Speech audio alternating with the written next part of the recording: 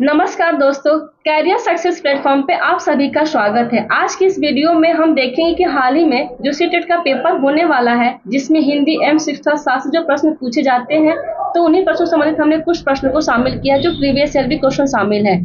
आज का first question है कि मानव और पशुओं की भाषा सीखने की क्षमता के अध्ययन संबंधी प्रयोग अधिकतर होती है, किस पे होती है? ए चूहे और बिल्लियों पर, बी चिंपैंजी और वानरों पे, सी खरगोश और मेमने पर, डी कुत्ते और सियारों पर। इसका सही आंसर है ऑप्शन बी चिंपैंजी और वानरों पर। नेक्स्ट क्वेश्चन, बच्चे के सीखने की प्रक्रिया में सर्वाधिक महत्वपूर्ण भूमिका होगी। ए बच्चों द्वारा भाषाई प्रयोग का नियम पकड़ना, बी बच्चों का उच्चारण, सी व्याकरण का ज्ञान, डी पाठ्य पुस्तक की सामग्री। इसका सही आंसर है ऑप्शन ए बच्चों द्वारा भाषाई प्रयोग के नियम पकड़ना। नेक्स्ट क्वेश्चन, बच्चों में भाषा सीखने की क्षमता एवं समझ विकसित हो, इसके लिए आवश्यक है कि ए जिस भाषाई शैली में वक्ता और बच्चा सहज हो उसी का प्रयोग करना चाहिए, बी जिस भाषाई शैली में वक्ता सहज हो उसी का प्रयोग करना चाहिए, सी जिस भाषाई शैली में वक्ता असहज हो और बच्चा सहज हो तो उसी का प्रयोग करना चाहिए, डी जिस भाषाई शैली में वक्ता सहज हो और बच्चा असहज हो उसी का प्रयोग करना चाहिए। इसका सही आंसर है ऑप्शन ए जिस भाषाई शैली में वक्ता और बच्चा दोनों सहज हो तो उसी का प्रयोग करना चाहिए। नेक्स्ट क्वेश्चन, पढ़ने में बाधा नहीं है। ए सारे नियम पहले ही बता के डालना, बी उच्चारण पर ही जोर देते रहना, सी सटीकता पर ही जोर देना, डी लिखी हुई चीज का अर्थ निकालना। सही आंसर है ऑप्शन डी लिखी हुई चीज का अर्थ निकालना क्या है? पढ़ने में बाधा नहीं है। नेक्स्ट क्वेश्चन, भाषाई ज्ञान का मूल्यांकन होता है ए मात्र लिखित परीक्षा के माध्यम से, बी मात्र मौखिक परीक्षा के माध्यम से, सी लिखित और मौखिक दोनों परीक्षा के माध्यम से, डी उपरोक्त में से किसी माध्यम से नहीं। इसका सही आंसर है ऑप्शन सी लिखित एवं मौखिक दोनों परीक्षा के माध्यम से क्या है? भाषाई ज्ञान का मूल्यांकन होता है। नेक्स्ट क्वेश्चन, भाषिक सापेक्षता के संबंध में प्रचलित व्याख्या डैश की दृष्टि से सही है। इसका सही आंसर है ऑप्शन ए भाषा का विचारों पर बहुत गहरा प्रभाव पड़ता है। नेक्स्ट क्वेश्चन,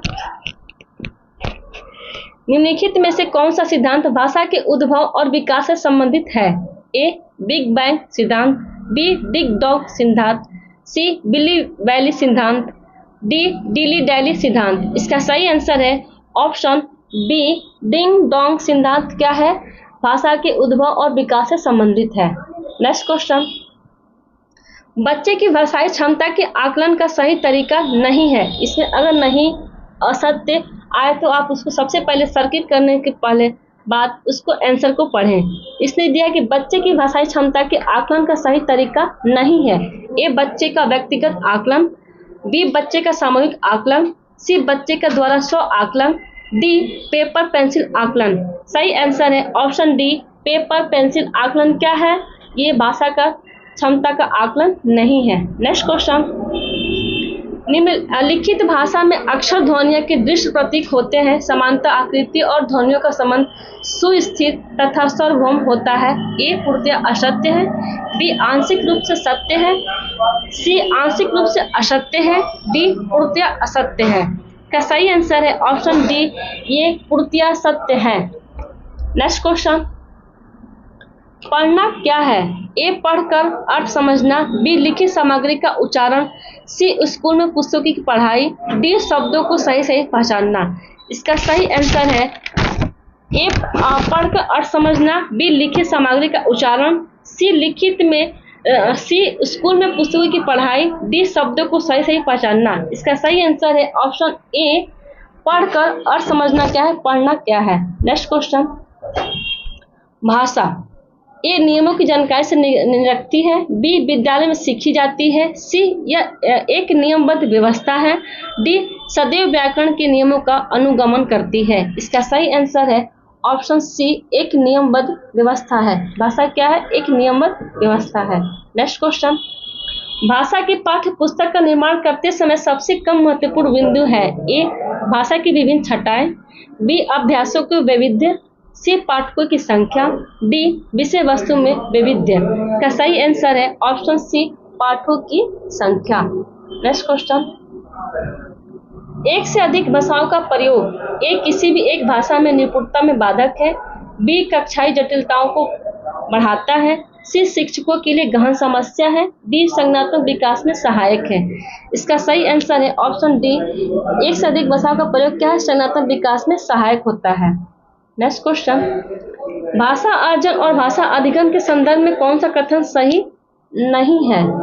ए सांस्कृतिक विभिन्नता भाषा अर्जन और भाषा अधिगम को प्रभावित करने वाला महत्वपूर्ण कारक है। बी, भाषा अर्जन में विभिन्न संकल्पनाओं मातृभाषा में बनती है। सी, भाषा अधिगम में कभी भी अनुवाद का सहारा नहीं लिया जाता। डी, भाषा अर्जन सहज और स्वाभाविक होता है जबकि भाषा अधिगम प्रयासपूर्ण होता है। इसका सही आंसर है ऑप्शन सी, भाषा अधिगम में कभी भी अनुवाद का सहारा नहीं लिया जाता। नेक्स्ट क्वेश्चन, एक बहुभाषिक कक्षा में आप किसे सबसे कम महत्व देंगे?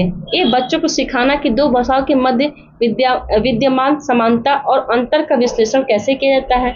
बी, विभिन्न प्रकार का बाल साहित्य। सी, कक्षा है विभिन्न प्रकार की सामग्री में समृद्ध वातावरण। डी, कक्षा के बहुभाषिक और बहुसांस्कृतिक संदर्भों के प्रति संवेदनशीलता। इसका सही आंसर है ऑप्शन ए, बच्चों को सिखाना कि दो भाषाओं के मध्य विद्यमान समानता और अंतर का विश्लेषण कैसे किया जाता है। Thank you. अगर आपको वीडियो अच्छी लगी हो तो लाइक एंड सब्सक्राइब और शेयर कर दें।